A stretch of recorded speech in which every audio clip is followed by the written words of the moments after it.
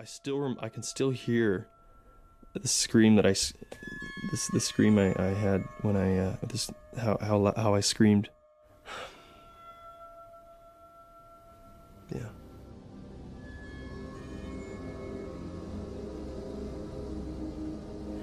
And I knew right then that I broken my back, and it was like the rest of my life flashed before my eyes.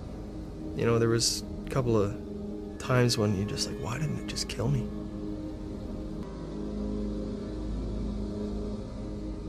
I dropped off my resume that day, and literally that afternoon they called me back and said, hey, you want to start today? And I was like, sweet. For lack of a better term, I was everybody's bitch. If somebody told me they wanted something done, there's no way I was going to say no. I wanted to impress everybody. I wanted to show them that I could do it just as well as they could.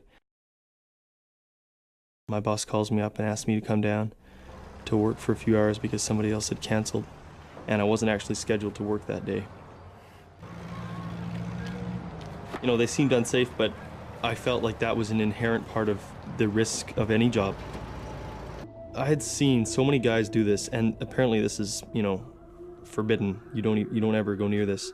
Is putting the forklift in gear when you're not in it. I didn't see anything wrong with it, and I'd done it a few times myself.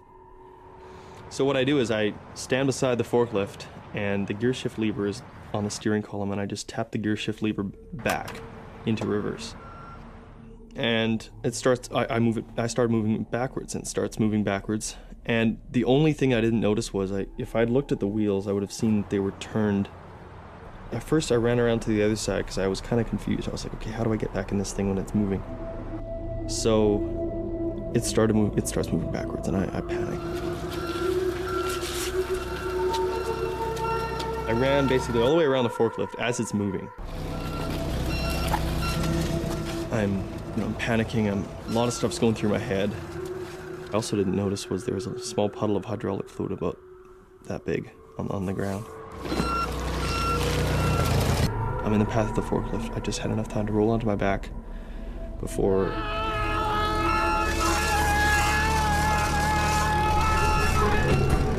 it was in slow motion how everything happened, and literally the rest of my life kind of flashed. I was like, so I screamed out of fear, out of anxiety, out of just. So I'm laying there on the table, and there's a whole bunch of doctors and nurses above me. Can you hear me? What are they going to do to me? And what have I done to myself? My dad was just strong, steady, very calm. Here was my son, so proud to be driving a forklift. Didn't occur to me to ask myself, does he know what he's doing? How fast does it move, for instance? Is he competent in using this machine? They scoot around pretty quickly. How risky is it that he wasn't indeed paralyzed, you know, from the neck down, or killed? Oh, so I don't have to just worry about joyriding on Friday night. It was so preventable, it's ridiculous. I have to worry about when they go to work on Monday morning or after school.